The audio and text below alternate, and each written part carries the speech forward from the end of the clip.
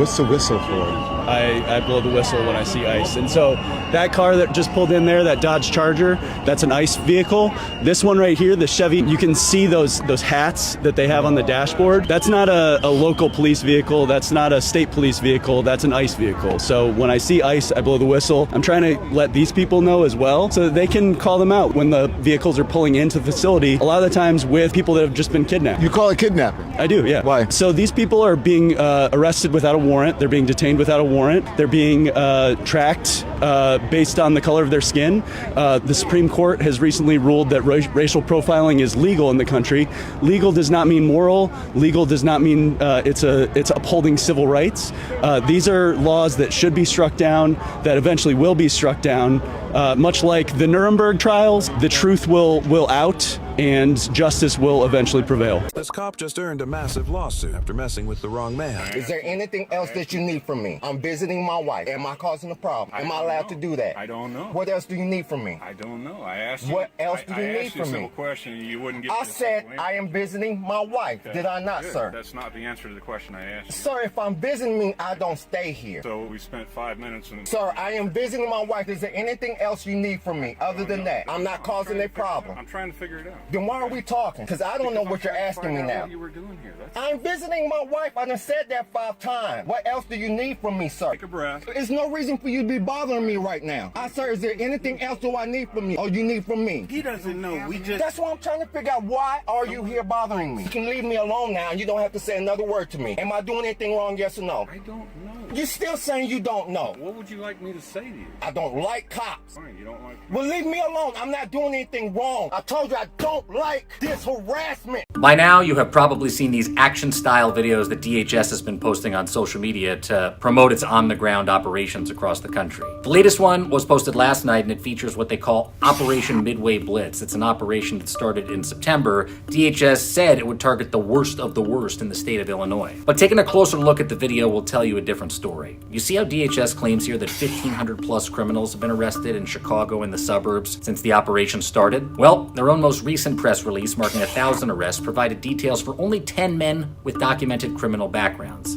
Only 10. That's roughly 1% of those detained. And here's what DHS isn't telling you. Some of the people they're arresting have no criminal records at all. Let's rewind to the 22-second mark in this video. This scene was filmed at a bakery in Cicero, Illinois last Tuesday. And I know this because I arrived at that scene 20 minutes after it happened. And we obtained surveillance video showing Border Patrol agents arriving in unmarked vehicles surrounding the men who, by the way, were just drinking coffee outside of the bakery. You see the coffee cups right there? This man is Daniel Cabrera, a 30-year-old mechanic with children who was about to open his own car shop. As you can see in the DHS footage, Cabrera ran inside, agents pinned him to the ground, they dragged him out of the bakery, and then they drove him away. DHS later told us that Cabrera's only offenses were being undocumented and evading arrest. This is Mario Martinez. He's lived in the U.S. for over 30 years. DHS says he does have a criminal record. But when Border Patrol arrested him, they presented no warrant, according to 3 witnesses. His family says that while he has made mistakes in the past, he had, quote, no issues with the law in the past 10 years. One last thing DHS didn't include in this video is this. That same day, just blocks away in Berwyn, Border Patrol arrested 53-year-old Maricela Rosales,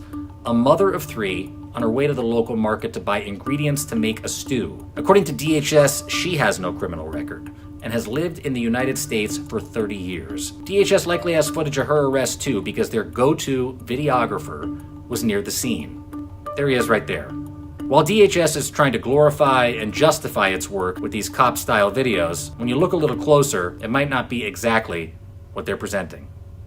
If Donald Trump's political power lies in being able to convince his supporters of anything and everything, then loud public dissent from inside his coalition, from prominent MAGA influencers, might be the thing that will melt his carefully crafted alternative fact-based reality faster than the Wicked Witch in The Wizard of Oz. And that is exactly what is starting to happen with his brutal and ugly and clunky and wildly unpopular mass deportation scheme. Never thought I'd say this, but here's Republican Congresswoman Marjorie Taylor Greene making a lot of sense on a podcast over the weekend. We have a labor force in America across many industries that has been built on illegal labor.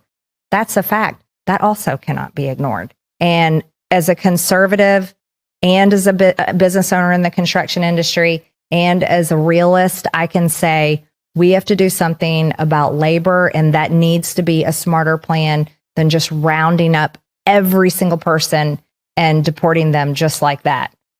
Right. So, and I'm going to get pushback on that, but I'm just living in reality from here on out. Plenty to not like about Marjorie Taylor Greene, but if we could have done this on our own, we wouldn't be here. So this shift in rhetoric and tone and these new standards being laid out, they're Marjorie Taylor Greene saying it's not living in reality to carry out Trump's deportation policy. It's more than a shift in tone. It's a shift in her position. She owns a construction company, and she's giving voice to people inside Trump's coalition who have the same concerns. Back in May, when a college student who had been raised in her district was due to be deported to Mexico, she was more callous. She hadn't understood what Trump was actually going to do, and she said, quote, "The law is the law." But this is her now. Quote, "I'm not ignoring facts anymore." Millions of people protested Trump's authoritarian agenda on No King's Day in June. On October 18th, I urge you to hit the streets again for No King's Day 2.0. Now, you may be thinking, what will another protest do? Donald Trump is on the ropes. Americans hate his big ugly bill. They oppose his cruel deportations and his attacks on free speech. Free speech for me, but not for thee. They don't want him sending troops into American cities. The ghost of Jeffrey Epstein continues to haunt him. Every single day, the groundswell of opposition to Trump and his Republican lackeys grows, and peaceful mass mobilizations like No King's Day 2.0 become even more important. As we resist Trump's tyranny through protest, America gains in solidarity. As we gain in solidarity, we feel more courageous. As we feel more courageous and stand up to Trump, we weaken him and his regime. And as we weaken Trump and his regime, we have less to fear. By showing up in large numbers, we tell Trump that we won't abide by his agenda and that we are not going anywhere. We also send a message to Democrats, universities, the media, and other institutions: stand up to Trump, fight back, do not capitulate to a tyrant. Donald Trump thinks he's all-powerful. It's up to us to remind him on October 18th that he is not. Protests are happening everywhere, from big cities to rural communities. Visit nokings.org to find events near you.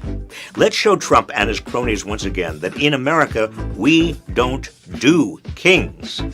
The people have the power. We're gonna make good trouble till the walls of injustice crumble. Hand in hand we stand, we'll never back down, we'll stand our ground.